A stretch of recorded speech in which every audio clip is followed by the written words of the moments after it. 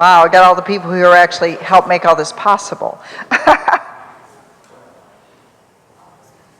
So I'll start with 7 years ago when I walked into Aaron's office and I said, Aaron, we got 22 acres over there, and somebody has said that we could actually do some projects over there. We don't have any state money, but we have some projects we can do. And I was wondering if you could learn how to do new market tax credits. And I think the way to describe tax credits is kind of like doing the admissions funnel. 10,000 people apply, and then finally when you're all said and done, 3 people show up. And that's about how much effort it was, correct? So we ended up not going that route for a variety of other reasons, but it's been fascinating doing facilities work here in the state of New Jersey and actually across the country, and that is because, as is true with most states, there is just not a lot of state funding to help make that happen. States used to every year go out, buy bonds, and then they would use the bonds to give you money to do construction. And the state of New Jersey has typically done it once every 20 years. Yes, 20 years. Now every year they'll give us a little bit for technology or some for maintenance, but so flip next page. So the goals here, in terms of our strategic plan, is to look at how we find the right living and learning spaces that help us kind of meet our strategic plan. And we knew years ago that business was important, so we made a strategic move down to the waterfront. We know that STEM is important, and the state thought that STEM was important, including nursing. Music, dance, and theater and performing arts, that is a hallmark of this institution. It's a strong strength, and it is also one that really defines Jersey City in many ways. National security is a program that has been important here for a number of years, and we've needed to make sure that we have the right kind of spaces for them. And finally, education and educational technology. So these are some of the many. No, I don't see the historians up there, and that's okay. They need to have the right kind of spaces, and I think that they do with the building that, the Michael Graves building that they now do work in every day. But these are the areas where we needed to focus on better learning spaces for the students. So total capital investments by funding source. You want to talk about that? All right. Well, thank you. Thank you, Dr. Henderson. So I'm just going to pick up where Dr. Henderson left off. So we're going to talk more broadly about our real estate program and the evolution of our real estate program. And I am pleased to share with you that 75% of the investment in our real estate program, all this construction you see going on, I'd like to say it's other people's money. So it's public-private partnership. So some of the work you're seeing on University Place, that's all because of the state, and thanks to their wisdom, passed the 2009 Economic Stimulus Act, which enabled public institutions like NJCU to leverage private capital to help provide the facilities, not just academic facilities, commercial facilities, and I'll show you that these commercial facilities, even though not directly linked to our institutional mission, the income generated, that income will be used to reinvest in academic and mission-centric facilities. So this chart just shows that of all the construction we're doing, almost $500 million, 75% of it is with other people's money. And if you look, when Dr. Henderson arrived, believe it or not, the 8% only represent what NJCU invested. And we did that in the School of Business, phase 1 of the infrastructure for University Place. We did some work in the athletic center, put in some HVAC, and I think $10 million for the science building to augment the grant that we got from the state of New Jersey. So this is just showing you we've got a diversity of funding sources, albeit only 8% is what NJCU invested to leverage $500 million. So I think this is a good story. And this is showing the same slides, but in terms of actual dollars. As you could see, the green, which is our, NJCU's green, is 32 million. So in 7 years, we've only borrowed 32 million, and that 32 million was used to invest in about 4 projects: School of Business, the Science, West Campus, and Athletic Center. We're using other people's money, which is the blue, and the state was kind enough to give us, as I said, $32 million for the science building and another $2.5 million for an expansion of our information technology infrastructure. And also the purple, the city. So this is a partnership not just with the state, but with the city. and the city provided us with 16 million net after financing costs, and that money is used to invest in the roads, infrastructure, the landscape, streetscape, the lighting, all that you see at University Place. You cannot have real estate without the infrastructure. So I just want to show some completed projects. So University Place, this is our site map, and as Dr. Henderson said, when she arrived, this was a parking lot, and most of you remember, we used to park in lot 2, which is closest to West Side Avenue. Now it's a hustling place. We've got a number of projects that are completed, and I'm going to walk you through those projects. So the first project, and I'm most proud of this project because it was the first P3 project that NJCU undertook. And we did this with a partnership with RISE, used to be called Amblin. There's many ways to do public-private partnership. This is what we call a DBFOM, Design, Build, Finance, Operate, and Maintain. Now the university is maintaining it, but initially RISE was part of the management group. So this is 425 beds. We took the entire NJCU housing fleet and wrapped it into one private housing conglomerate, similar to what Kentucky University did. And now all the housing are somewhat separate from the university, and it's housed in an affiliated foundation. So this project was started, actually, it wasn't a month, it was really 14 months, so we got to change the date. I wish I could do public-private partnership that quickly. Rivet is our first commercial P3 project. This is completed on time, on budget, and most importantly, the ground lease income, which I watch, and I know Jim White is watching, that ground lease income, when it accumulates, will be used to pay and defray the cost for the PAC and the Center for Music, Dance, and Theater, which we'll show in later slides. So this is a wonderful building. It's got 169 units, most of which are one bedroom. Price points very affordable compared to downtown Jersey City. A one bedroom, about 1,000 square feet, goes for about 2,300, and a studio is about 1,800, and I think a two bedroom, maybe about 2,800. So very affordable relative to downtown Jersey City. 80% full, and they have done all the negotiations for the retail that's going in. That should be going in the next few months. And yes, Alan and I just signed the agreement. 5 Guys will be there. So 5 Guys is coming to a location near you, and we just signed the agreement. And they will accept Gothic cards, so that's good. It's good for our students. So another completed project is the science building. This was not a P3 project. This was completed with a $32 million grant. And this grant, unlike the Build Our Future bond, which had a match, this had no match. So we got $32 million free of a match, and we borrowed $10 million additional to complete, which was a 40,000 square foot addition, all glass.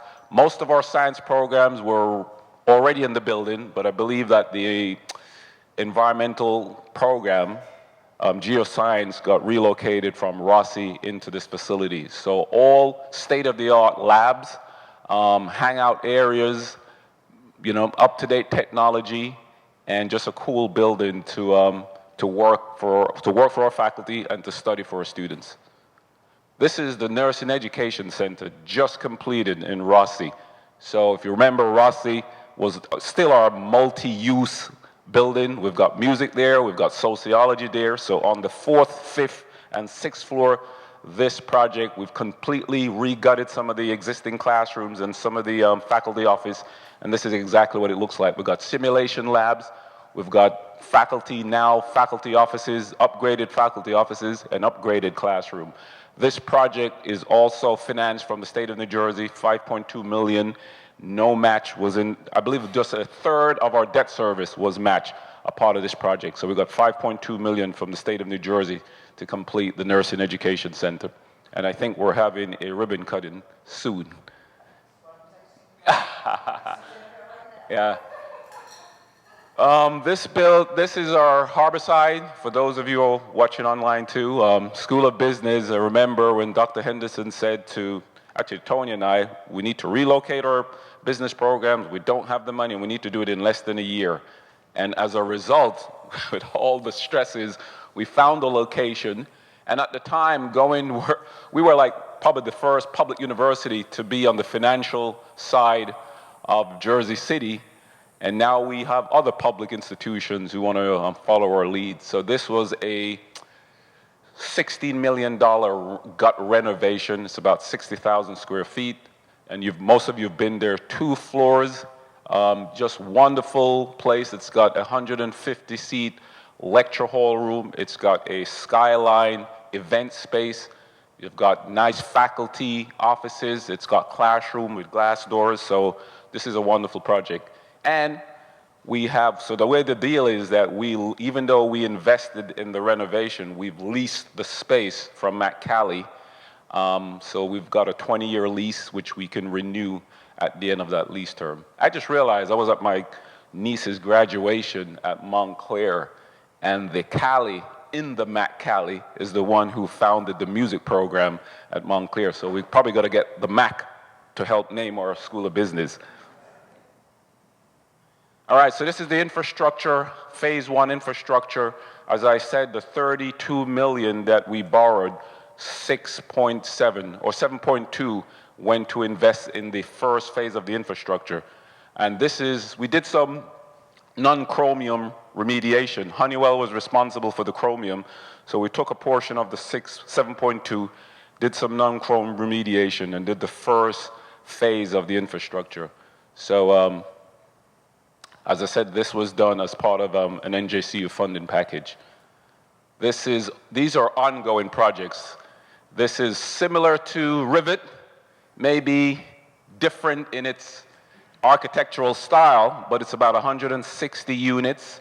We will get some ground lease income. This project started, actually groundbreaking, will start this month. And anticipated completion date is next year. The developer is KKF, formerly known as PRC, and this is one of the other projects that is done pursuant to the 2009 Public-Private Partnership Act. We've got Block 2. This is Rivet's other project.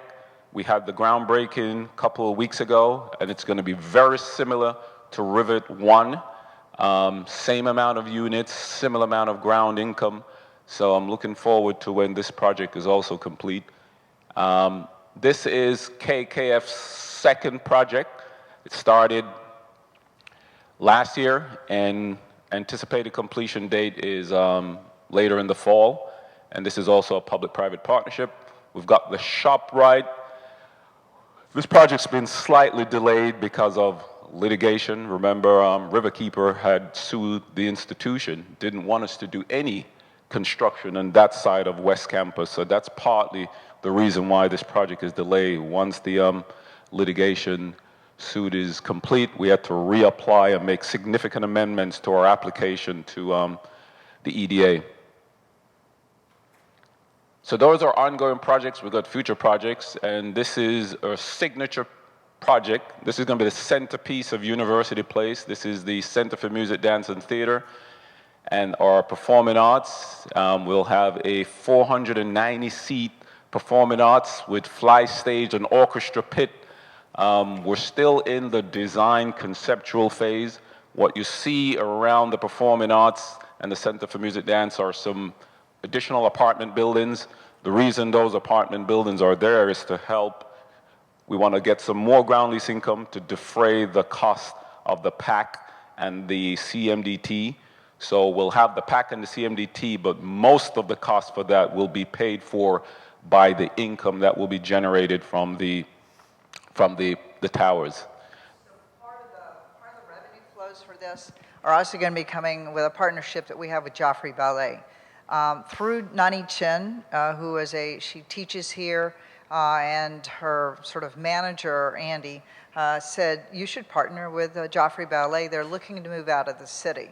they had done an academic deal with a school in California simply because they just needed to have somebody to be able to teach the general education courses while they taught the dance courses, and that fell through, and so they were looking for a partnership. So while we said, yes, we'd be happy to be your academic partner to teach the general education courses, they were also looking at, say, well, I'd rather not pay $90,000 a month, which I have to pay now in Manhattan, for dance space. So the edge of those buildings right there, the front side that you see, is actually two or three different dance floors.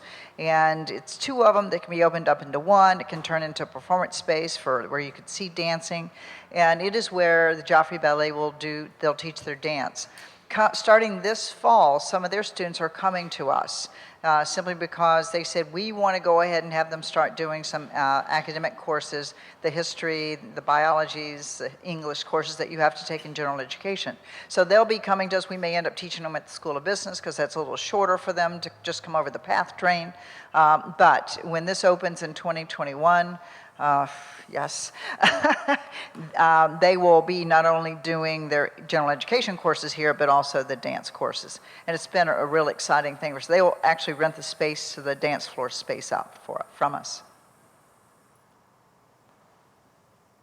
Okay, for Fort Monmouth, most of you know that NJCU had a presence in Wall. We occupied about 20,000 square foot of what we call trailers. So we did have presence in Wall. At Wall, we taught nursing and business, fire science programs. This Fort Monmouth project was an effort to broaden our footprint in Monmouth.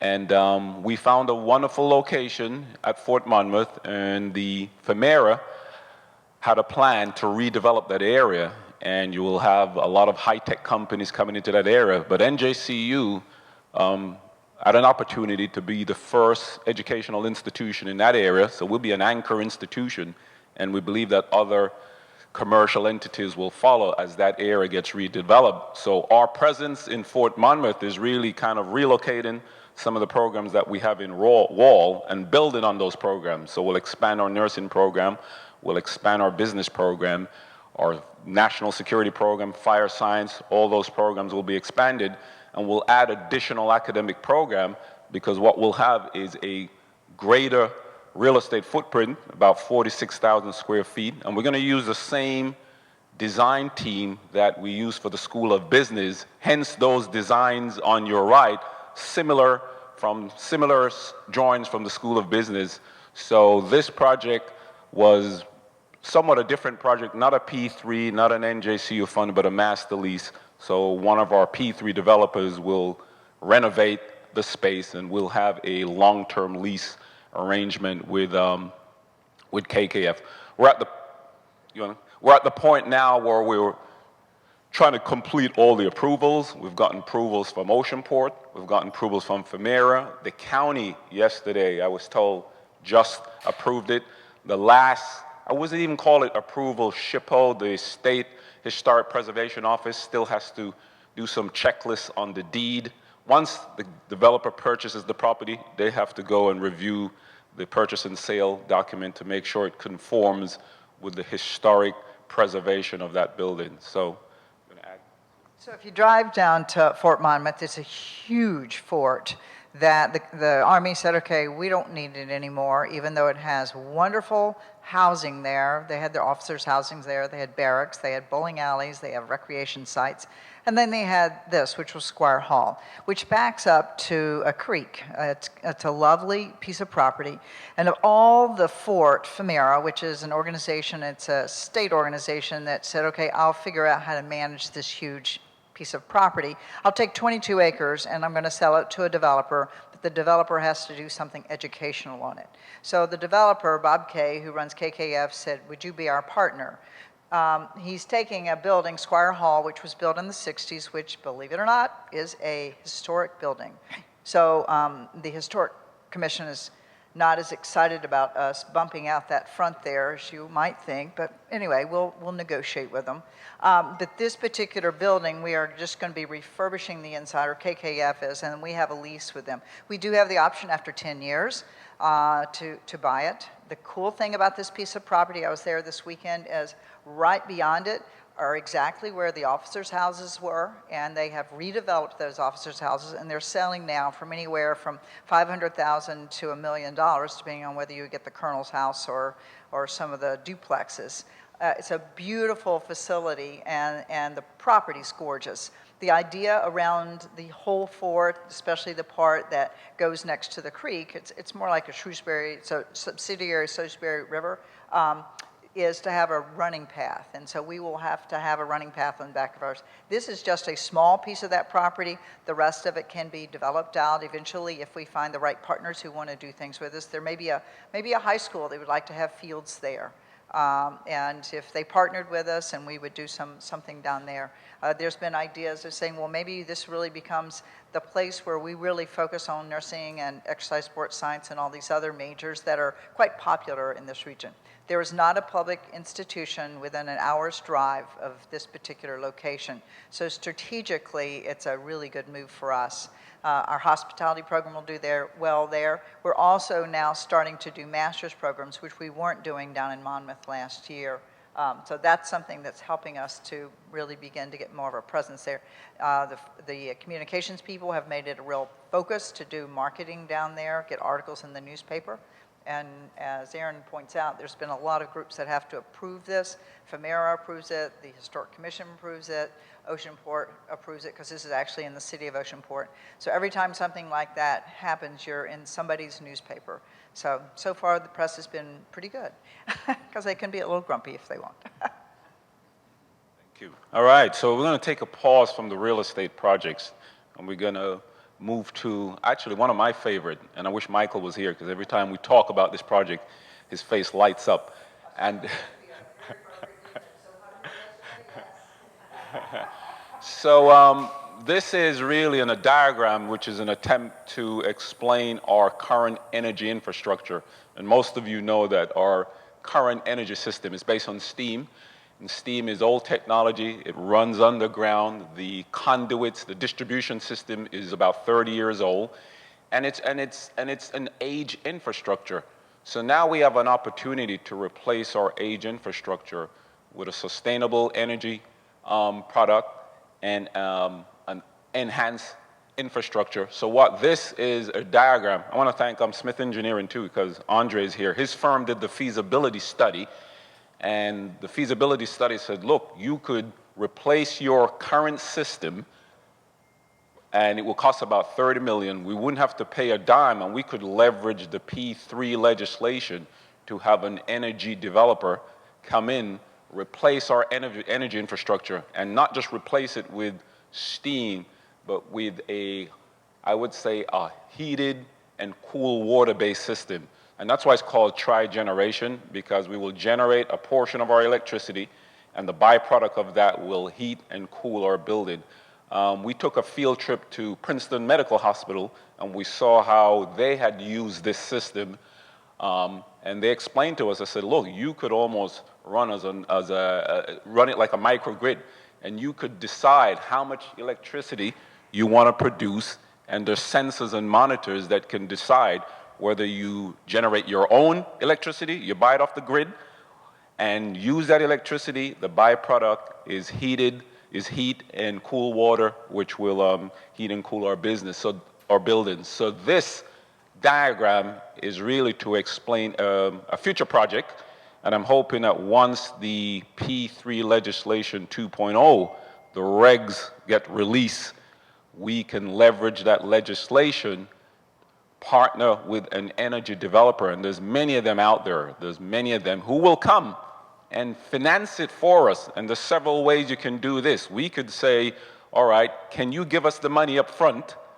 We can take the money up front, the present value of the savings, because the projected savings by changing from the steam-based system to this kind of water-based system is we can save about 1.5 million annually. And we can take the net present value in today's dollars, perhaps put in the endowment or use that to build future projects. So this is a favorite project of mine because A, it reduces costs, B, It's going to use other people's money, and C, will get sustainable energy for our institution, sustainable and reliable energy.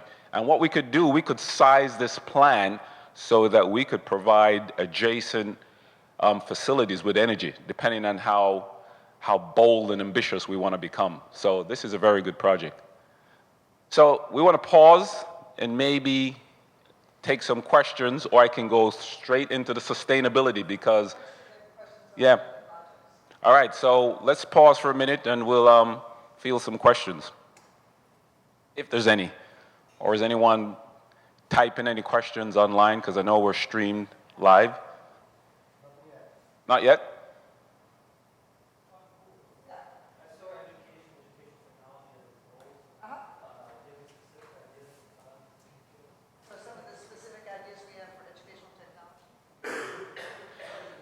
For education technology, we can also leverage the state funding, and I think Phyllis is here too. And when we talk about capital, we also include in technology. So we can, I know Phyllis was successful in getting a state grant to broaden and strengthen the technology in our education and technology programs.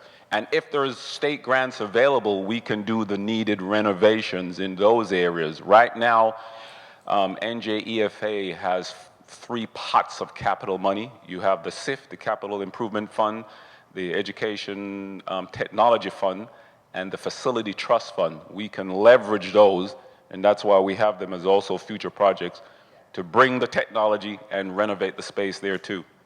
But let me make a suggestion for you, because next week the vice presidents will be sitting down and going through the rather long list of what have the capital requests been, and I'll give you an example, and you're sitting in one right here.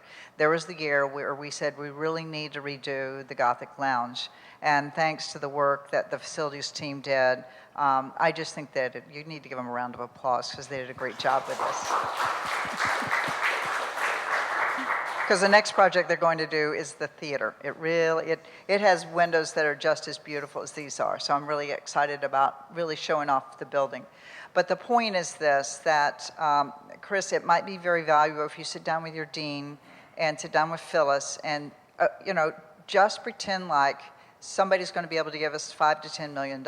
And the reason is, what happens is, on Thursday, the state, says, okay, we'll let everybody have a couple of $1 million. Do you have a project that's what they fondly call shovel ready? So just, and if you have it, then I don't scramble around or we don't say, well, what can we do? Phyllis has already got it in her back pocket because she'll give it to us, and then Jim puts it in the queue, Aaron figures out how to make it happen, and you get your space. It's kind of like the nursing lab. We just poof, So that's how it happens. But you got to work with your dean and see if you can't think about some out-of-the-box things. So one of the projects we're doing down at the School of Business is something that was very similar. We used fundraising money, and then we may use some of our local money to help us build a classroom that will be much more robust and allow us to do classes with schools in other countries. It will be a synchronous class, which is kind of a cool thing. So anyway. All right. Any other questions? All right. Tony and just a little bit. Thank you. Just a little bit of trivia for everybody.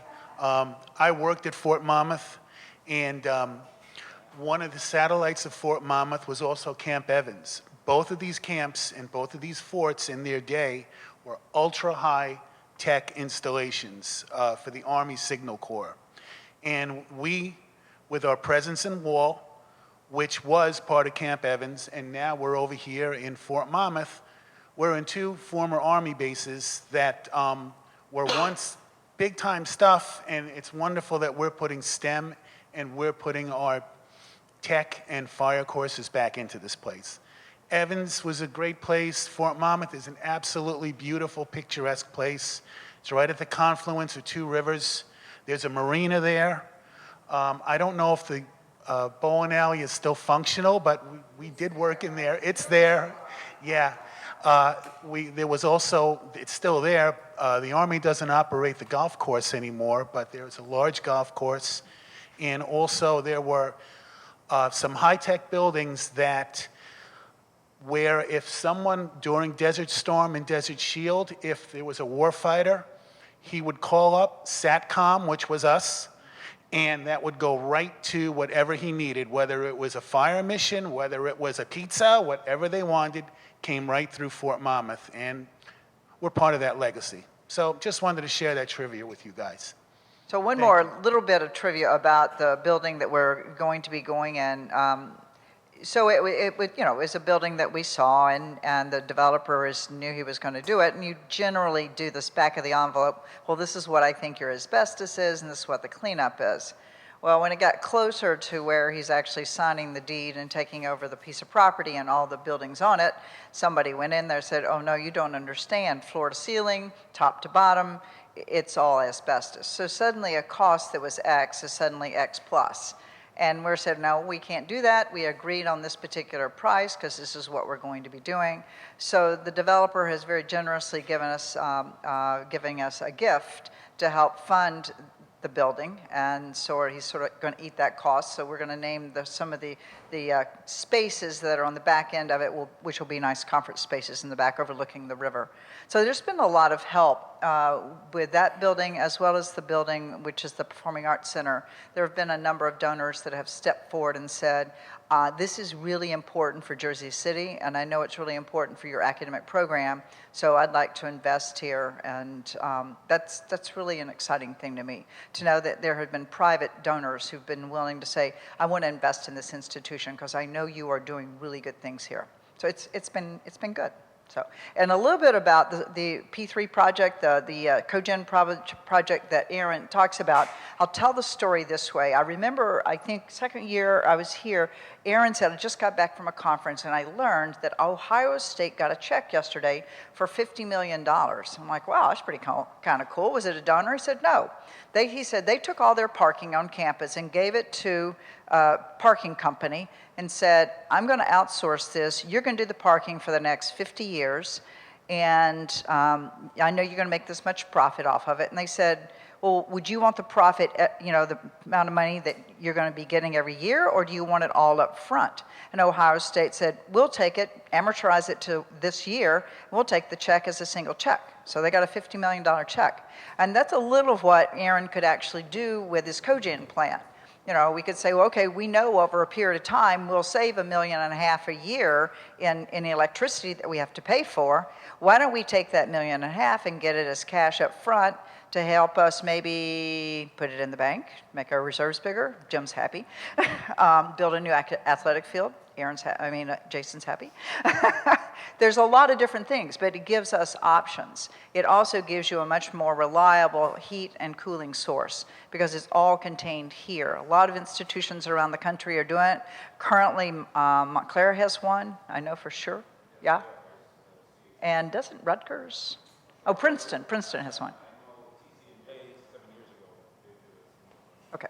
So a lot of schools are moving to this, and if you look at power companies around the country, they're looking at all these various microgrids. You get your power from a lot of little places. So. Hi there.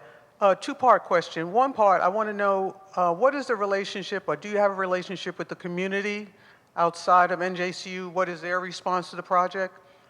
Because there's a lot of talk with the Bayfront, and even the mayor, they want more affordable housing, low-income housing.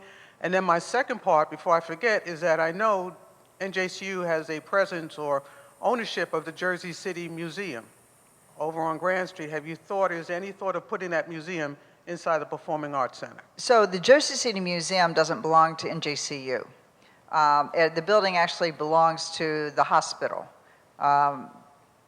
About 10 years ago, there was an option for somebody to buy the museum and the things in it. And the hospital was closer, and we were just not in a position to do it. So they bought the building, and they use it as some of their back offices. Then there was a charter school that wanted to have a space, so they now took the second floor off. In the meantime, the individuals that were overseeing the Jersey City Museum artifacts and pieces said, we don't want to be there anymore. The hospital said, we don't want you there anymore, so they were going to need to move. And they needed to move it to a place that was climate controlled. So we were in negotiations with them. We said, yes, if you would donate it to us, we'll put it in a climate controlled. And I think they were a little impatient, and somebody in Newark said, we'll take it and we'll put it in a climate-controlled space. So it is now sitting in Newark in some museum in their climate-controlled space. And those 5 individuals, I don't know what they're doing, not paying the $5,000 a month that we're having to pay just to store it. So yeah, it's over there. And I talked with somebody in the mayor's office last week. She's a little frustrated because she said those pieces are actually Jersey City pieces. I will tell you, of the 3,000 objects, I've seen a lot of them. There's maybe, and this is true of a lot of collections, there's maybe 100 that are, yeah, really good. There's probably 10 that are pretty special. And then there's the other ones. Just saying. Kind of like what you might have in your attic.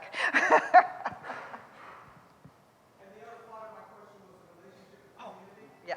So before we started doing all these projects, Wendy was working here, and I went and visited the community group at the very tall apartments here that are between us and West Campus. Visited with them. We had the people from Honeywell, who actually was in the process of trying to get rid of that property. They owned it before the mayor bought it, and Bayfront. And we had them in talking about what we're getting ready to, thinking about doing.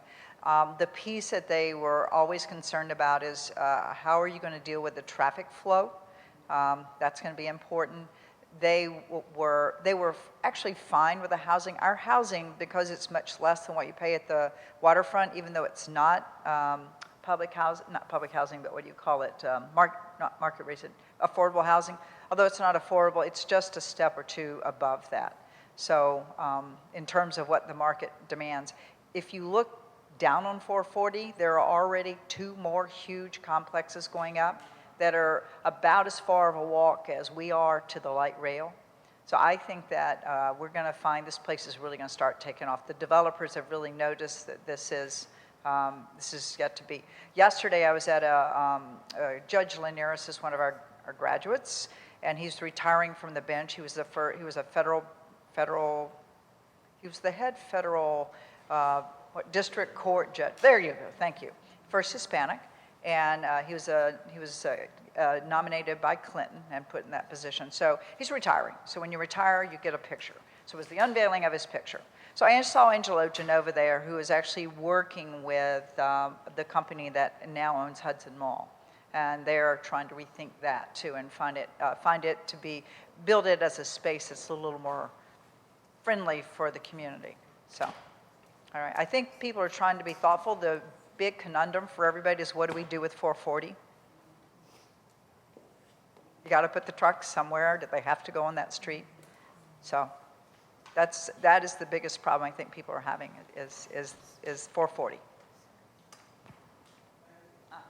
Any other questions before we pivot to a related subject on sustainability? So, any questions? So, just want to provide some context to this slide. So maybe 2 years ago, Dr. Henderson forwarded a survey to me. It was a global survey, and she said, Aaron, can you complete it? I think I delegated it to Mike, and Mike delegated it to Iris. So by the time we completed it and we got the survey results, we realized that most of the questions were NA. And I'm like, it can't be NA. I know we're doing some good things. So I said, Phyllis. And Phyllis and her team helped create this kind of website. And we said, let's mimic one of the institutions that finished in the top decile, which was North Carolina's Chapel Hill, North Carolina University Chapel Hill. And so I studied their sustainability program and said, let's come up with something similar.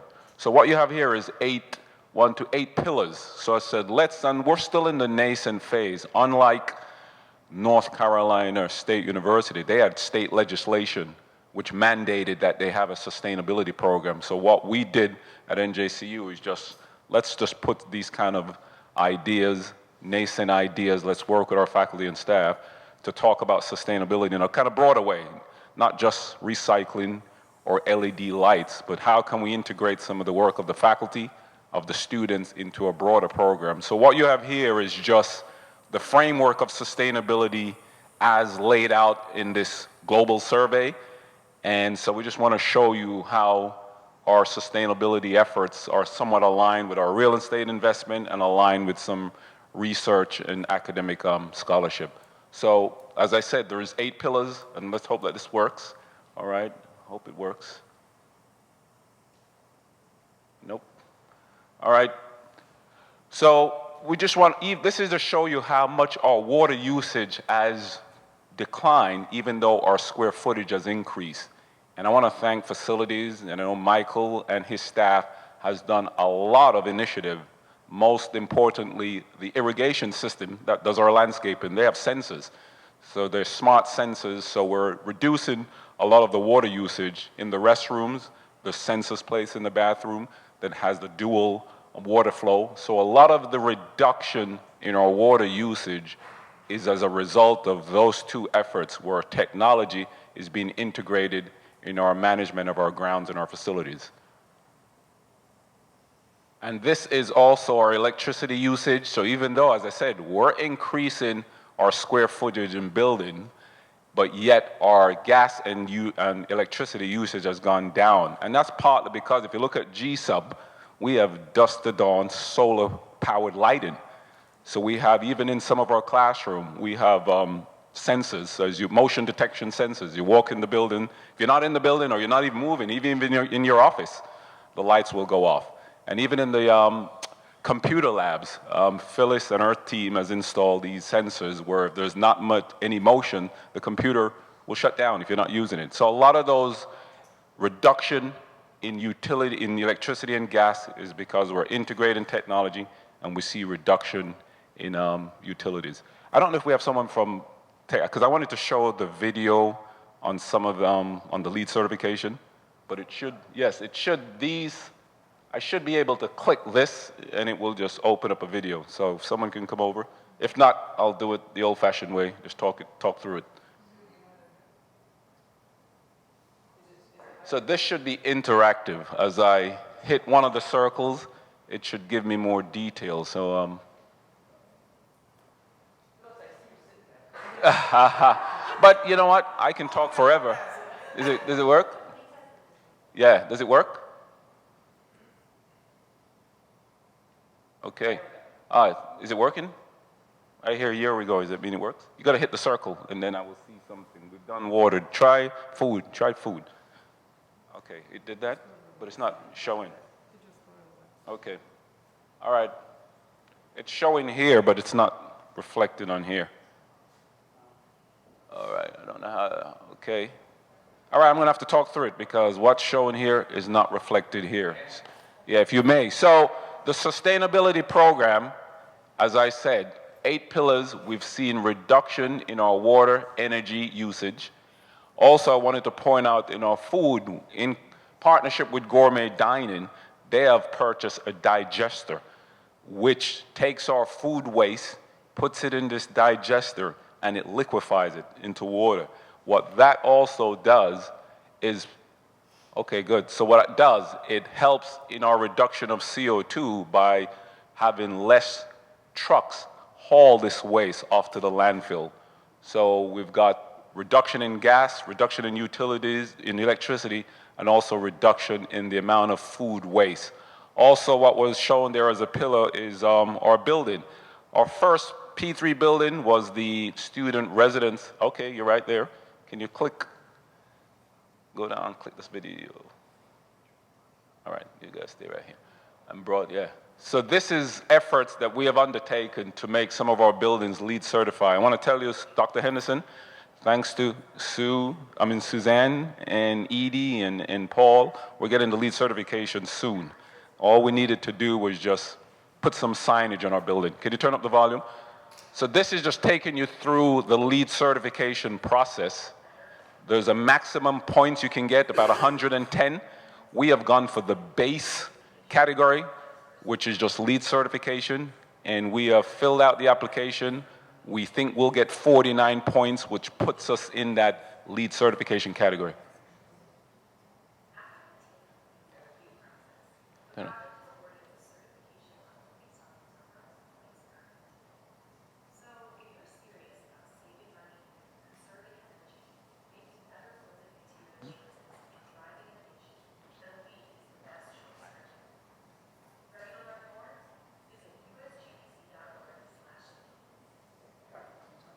Yes.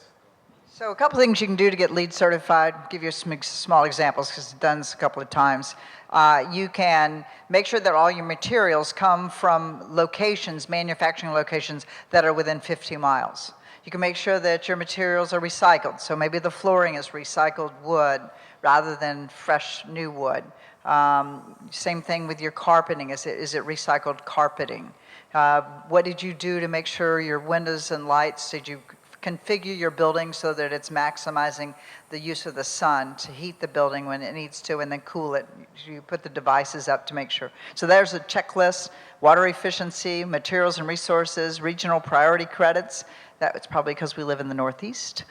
Innovation and design process, and then indoor environmental quality. Most of the buildings, new buildings that go up today, you more or less require that they need to be LEED certified or green buildings simply because it's just the right thing to do. And it's not that complicated, you just have to be a little more thoughtful. All right, thank you. And we get, believe it or not, we get 6 points on this LEED certification checklist just by being on University Place. It's on a formerly brownfield site. It's close to the light rail. So you get points for being close to a transportation hub and being located on a site that's being redeveloped. So you can also generate points. So I just wanted to show you that. Let's go to education. In education, and this is, we're going to build this out, how we're partnering with our academic partners or folks, how many courses have sustainability in its course description. And we have 48 known so far, so we're working with the deans in terms of understanding what those courses are. You're going to go to research. And lastly, and this is something that is an opportunity where we can work with our faculty in terms of how many of our faculty are doing research in sustainability. And I want to, if you go down, want to credit Dr. Hung Bok Young for doing some research in estuaries and urban sustainability and how to make this fresh water a good breeding place for marine life. So we're doing some wonderful work. We can tell a better story, and hopefully maybe in a year or two we can take the survey again. So this concludes our sustainability, I wouldn't say program, but our efforts to develop a sustainability program. You've heard about our real estate program, primarily P3, so we open up for additional questions.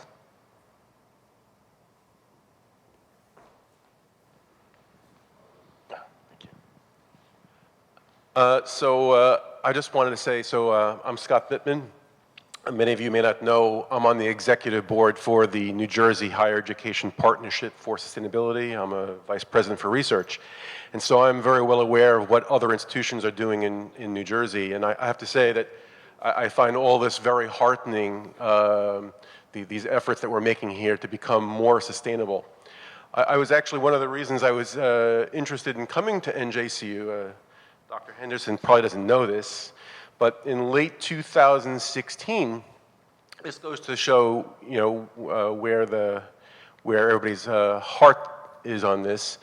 Late 2016, might have been early 2017, when President Trump was looking to take the United States out of the Paris Accords. Bloomberg's, Michael Bloomberg, former mayor of New York City, formed this nonprofit Second Nature. And there was a big push to get institutions, companies to maintain their adherence to at least the tenets of the Paris Accords. So from NJCU'S, the board members, we wanted to reach out to all the institutions in New Jersey, and we had a weekend to do it because the announcement was going to come out on Monday. And I reached out through Joao, and you guys will be happy to know that NJCU was probably about 30 minutes before Princeton signed on, the first two institutions in New Jersey that did so. They all did eventually, but it just goes to show where the leadership here is at. And I also think it's heartening because what we've found at a number of different conferences that we've had with students and folks around this region is that students are paying attention. It's one thing to talk the talk, but you have to walk the walk. Students pay attention, for example, whether there's recycling baskets around in offices. Do people actually, do the right thing?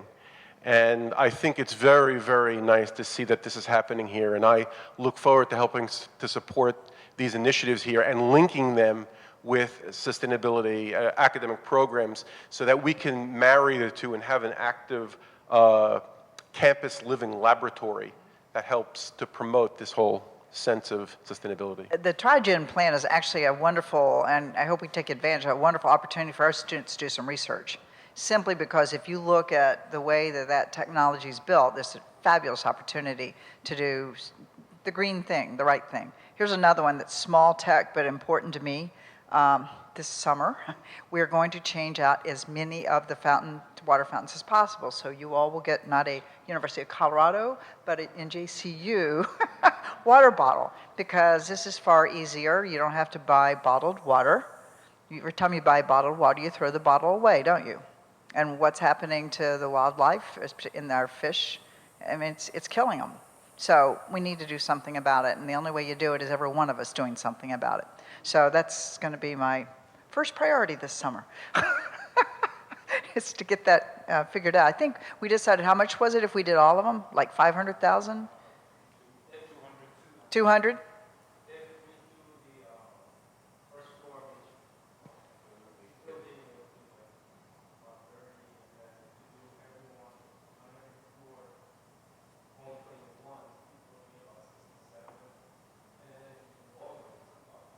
$500? Okay.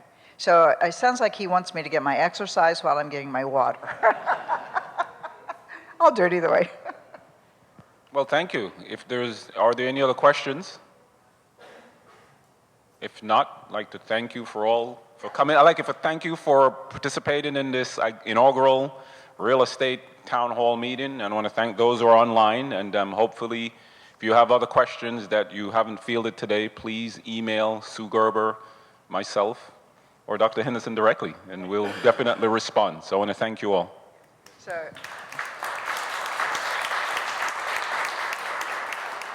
and what I want to thank you about is I started with the fact that this was part of our strategic plan, which gets to who we are and why we do what we do every day. We can't build. Aaron can't go out and cut the deals. Jim can't make the budget work. We can't help me raise the money. Unless we have a vision of where we're going to go, and that's a collective vision. So I've been very excited to see this happen. I will tell you that this summer we're going to be starting to do some more envisioning for the next 5 years. It's one of my favorite things to do because the way you do it is kind of like what I told Chris, pretend like money was no object, and what could you do to be a leader in this community, a leader in your field?